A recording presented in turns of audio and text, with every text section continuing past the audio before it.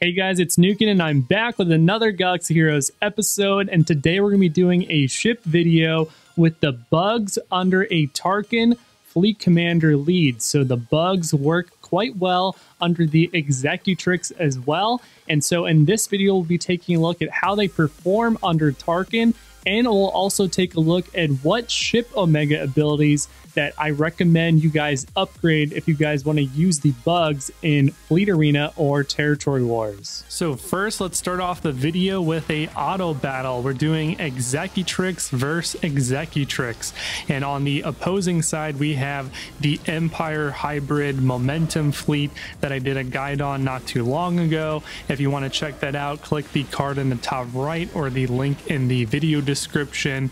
We're doing some bugs on the Tarkin offensive side. We're doing full auto. I tried running 2 bugs and bringing in 1 as a reinforcement, and it did not work out quite as well, so it's better to start off with 3 of the bugs in the starting rotation. And we're just showing the potential here, a very strong convincing victory on offense on full auto. So as we saw from that auto battle, the bugs under the Tarkin Executrix lead are also quite good. They're almost as good or on the same level, or maybe even slightly better than the Home 1 Akbar capital ship lead. So very interesting there, at least in some matchups. And in that video, which I'll also link in the top right in the card, and I'll put it in the video description, we did not talk about ship Omega upgrades, so I want to talk about that for a brief moment. So first off, even if you're not going to run the bugs in Fleet Arena, I highly recommend using them in Territory Wars, and with just a little bit of upgrades ship Omega wise, when you can spare it, you can actually bring up the synergy of these ships quite a bit. So first off, you want to use all 3 bugs in the starting rotation, and you want to upgrade the unique abilities to the max on all of the ships. That is what gives them a ton of synergy. So wherever you're going to run the bugs, whether it's in Territory Wars or Fleet Arena, it's best, in my opinion, to put them in the starting rotation. And when you upgrade the uniques to the max, ship Omega wise, whenever each other ship is active at the same time, they're getting all of those bonuses. So it's best to have them all out at the same time to capitalize on the synergy. So definitely upgrade the uniques. And then, since the Geonosian ships call each other to assist a lot, and when another Geonosian ship is calling another Geonosian ally to assist, they're doing basic attacks, especially also if you're using the Home 1 capital ship. They're going to be doing a lot of attacks out of turn, and whenever they do that, they're doing basic attacks. So upgrading the basic attack abilities with the ship Omegas is going to boost your damage output significantly, and then you can do some utility upgrades with some of the specials. Sunfac gets an irresistible stun on his special. Geonosian Soldier, for example, will bring up the offense boost, a 50% offense boost when doing his special on target locked enemies, so big damage there. So wrap up the ship Omega upgrades with the specials at the very end. So now I want to showcase some more gameplay. I'm going to be doing this on manual, and I'm going to be discussing kind of the decision making that I go about when I'm using the abilities on manual or facing off against the more typical Executrix lineup out there right now. I like to start off using my special abilities. If you use them right away, your ships should survive long enough to maybe use the specials again, and you can only really do that if you use them right away. I start off using the area of effect attack under my Executrix, and I hope to land some exposes, which will help me in bursting down some of my opponents. So we were able to land 2 exposes on both of their tanks. So now we're up to Geonosian Spy. We're actually going to switch targets to Sunfac, because if we use this ability from Geonosian Spy, it would actually be way overkill on Biggs right now. And as you can see there, it's a good thing that we did, because now Geonosian Soldier special is all that we needed to to take out Biggs, and now Biggs is taken out and Sun Fac is basically dwindling by a thread. Now we can clean that up with a basic attack from our own Sun Fac, and so now the opposing Sun Fac is taken out. Now we're going to do a basic. Geonosian Soldier is called to assist on his basic, which is great. That's why we're upgrading the basic abilities on the ship Omegas.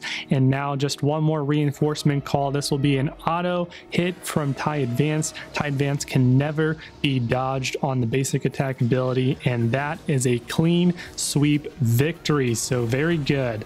Now let's actually go into some of the specifics on the ship Omega abilities, and then we'll do a little bit more gameplay. So that was a great battle. So earlier we were talking about ship Omega upgrades. So now let's backtrack for a second and look exactly at what we're getting when we upgrade some of our Geonosian fleet abilities. We talked about upgrading the uniques first for both Fleet Arena and Territory Wars. And I would start off doing Grudge. This is Sun Fac's unique. You're going to bring some critical avoidance to your fleet and a huge defensive boost, which is good. You don't want your Geonosian fleet ships to get destroyed. When that happens, you lose a lot of synergy. I would then also upgrade Geonosian Spy next. This is going to bring Geonosian Soldier into stealth occasionally and also bring a huge offensive boost, which allows you to burst down an opponent, which is good. And then lastly, you can do Geonosian Soldier's unique, which is going to give your ship some accuracy, so it's a little bit more consistent. You're not getting as many dodges on your attacks.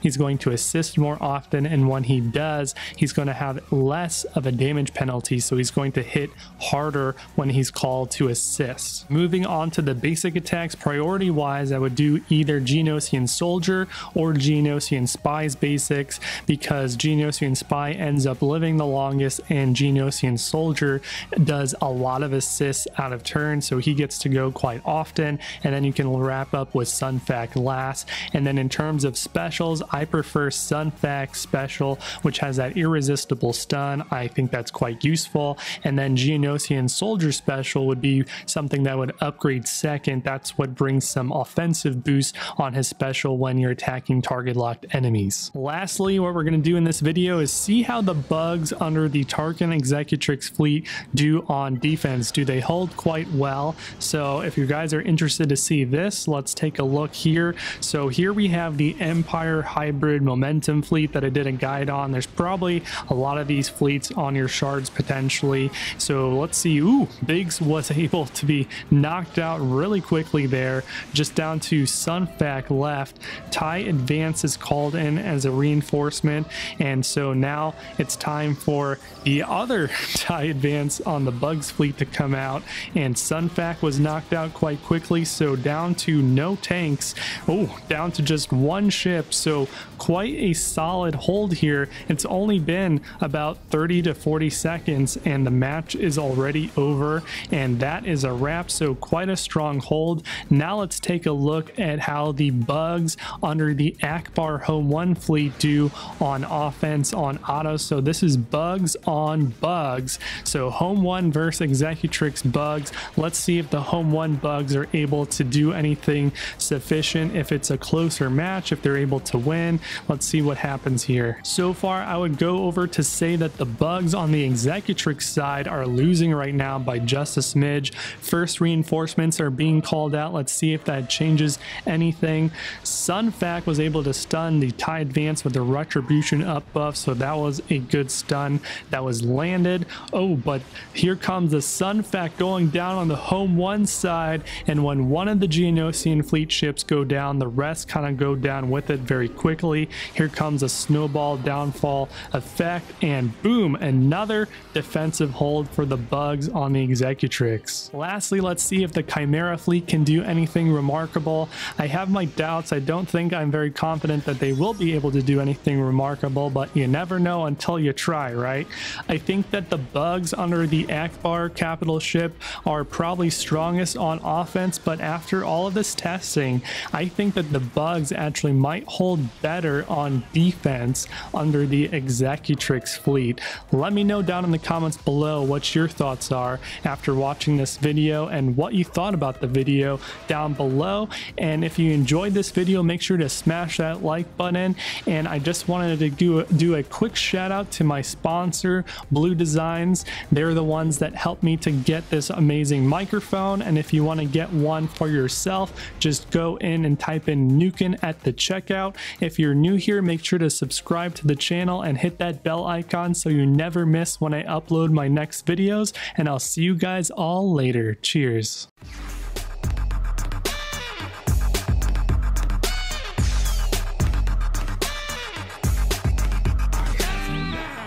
The Force will be with you always.